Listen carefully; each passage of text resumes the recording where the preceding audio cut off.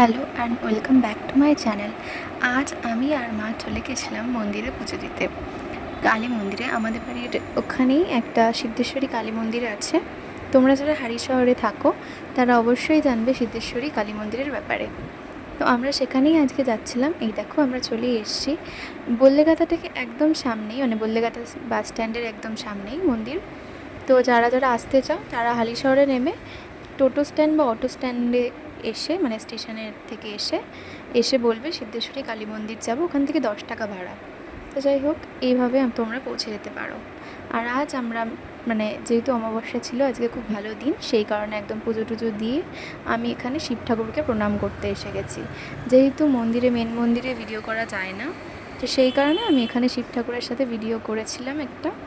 আর যেহেতু আমি খুব শিব ঠাকুরকে মানি, আর আর আমার খুব মানে ভালো লাগে শিব ঠাকুরের কাছাকাছি গিয়ে নমস্কার করতে, সেই কারণে আমি ভাবলাম যে নমস্কারটা সেরেই নিই সবার সাথে। আর এই দেখো, এই যে মন্দিরের প্রাঙ্গণটা, এই যে সামনে নাট মন্দিরটা দেখতে পাচ্ছ, এখানে আমি অনেক প্রোগ্রাম করেছি গানের রবীন্দ্র জয়ন্তীতে, তো তোমাদের সাথে এই জন্য শেয়ার করলাম। আর এই দেখো সামনেই সিদ্ধেশ্বরীর ঘাট, মানে যেটা আমি তো প্রচুর এসেছি, তোমরা যারা হালিশহরে থাকো তারা প্রত্যেকেই জানো যে আমাদের সাথে কতটা জুড়ে রয়েছে এই ঘাটটা।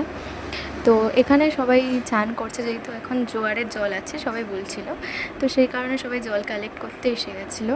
আর আমিও এখানে একটুখানি বসেছিলাম, বিশাল গরম লাগছিলো, যেহেতু রোদ ঠিক ওঠেনি, বাট মানে ভালোই গরম ছিল আজকের দিনটা। আর বারবার আমি প্রচুর ঘেমে যাচ্ছিলাম বসে বসে একটুখানি। বিশেষ করে এই টাইমটাতে খুব গরম লাগে, দুপুরের টাইমটা।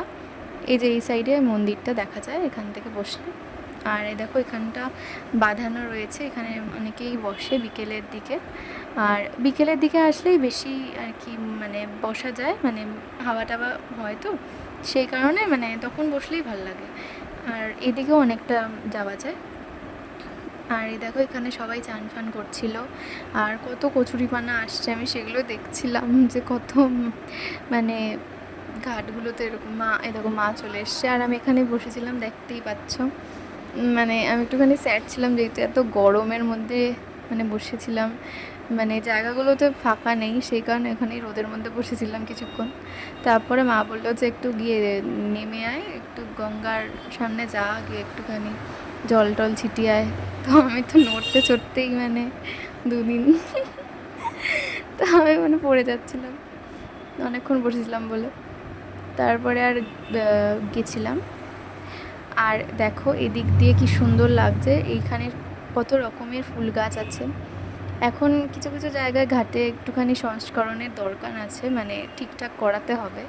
ঘাটটা একটু আগের তুলনায় কমজোরি হয়ে গেছে, কিন্তু দেখতে কিন্তু খুব সুন্দর লাগে। দেখো ঘাট, মানে গঙ্গাকে, এটা কিন্তু জোয়ারের জল, আশা করি জোয়ারের জল দেখাটাও মনে হয় অনেক পুণ্যের। আর কি সুন্দর ফুলগুলো হয়েছিল। এই দেখো এখান দিয়ে পুরো সোজা গেলে কিন্তু আরেকটা ঘাটে পৌঁছে যাবে তোমরা। আর ওই দেখো সিঁড়ি দিয়ে এখান দিয়ে নামলে, আর এই দেখো ফুলের মধ্যে মৌমাছি এসে বসছে, কি সুন্দর লাগছে। Thanks for watching.